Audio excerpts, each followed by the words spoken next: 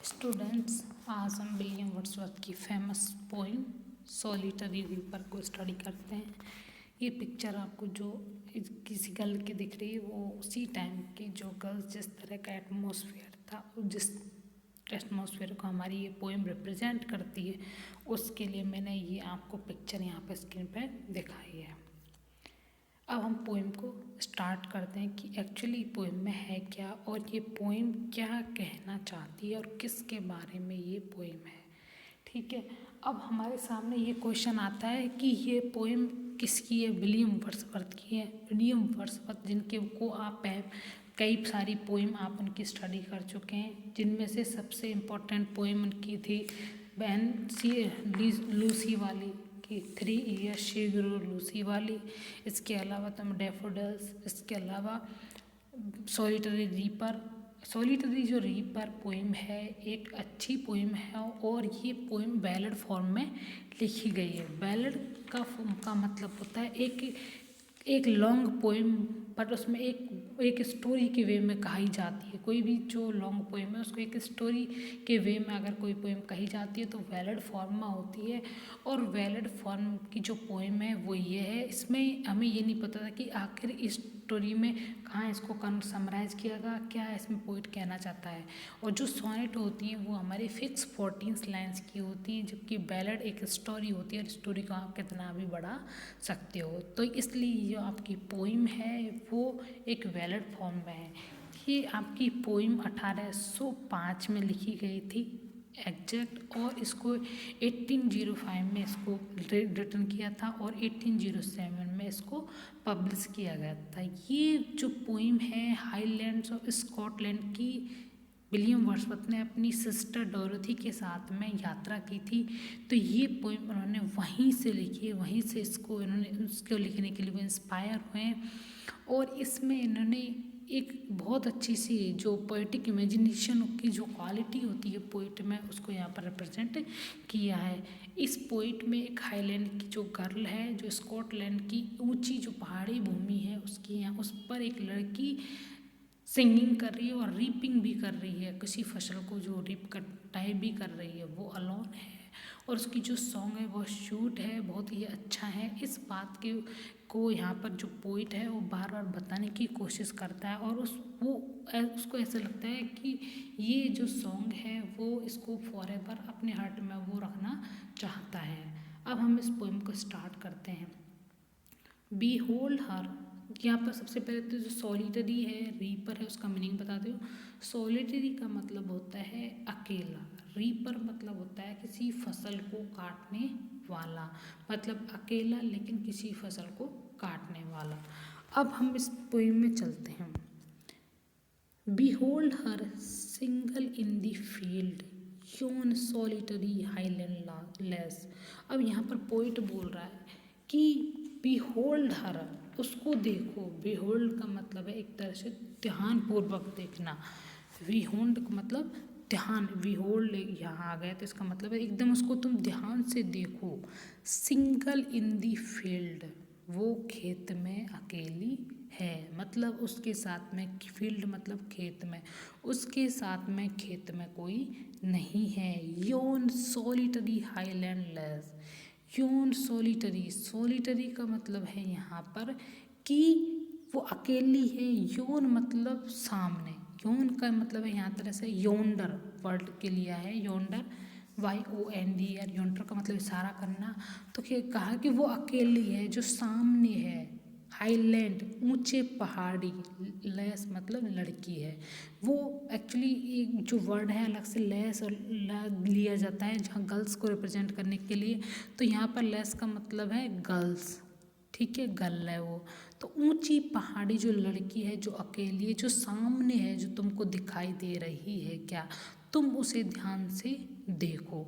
Reaping काट रही है, एंड सिंगिंग गा रही है, बाई हर सेल्फ अकेली, खुद ही काट भी रही है और खुद भी गा रही है। तो इसकी पोइट यहाँ पर बात कर रहा है। इसके बाद में वो रुकता है यहाँ पर खुद भी अपनी पोइम को भी, एंड स्टॉप हियर, रुको, और जेंटली पास।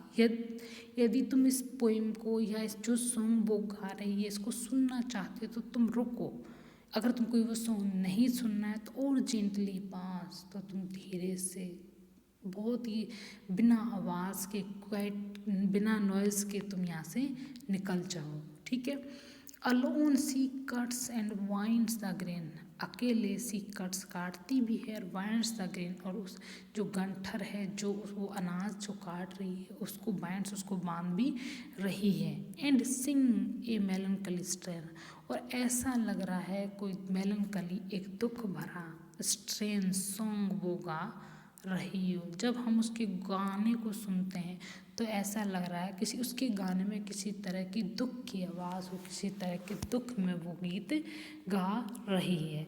तो यहाँ पर पोइट बोल रहा है कि मैं उसका जो सॉन्ग है वो एक सैडनेस को यहाँ पर रिप्रेजेंट कर रहा है। ओ लिसन, अरे सुनो, for the vale profound is overflowing with the sound, जो पूरी का पूरी, प्रोफाउंड मतलब होता है भर जाना, कि जो पूरी की पूरी जो घाटी थी, जो गहरी थी, वो भी उसकी आवाज़ से, प्रोफाउंड मतलब गहरी थी, इज ओवरफ्लोइंग बिल्कुल भर जाती विद द साउंड, इस आवाज़ से।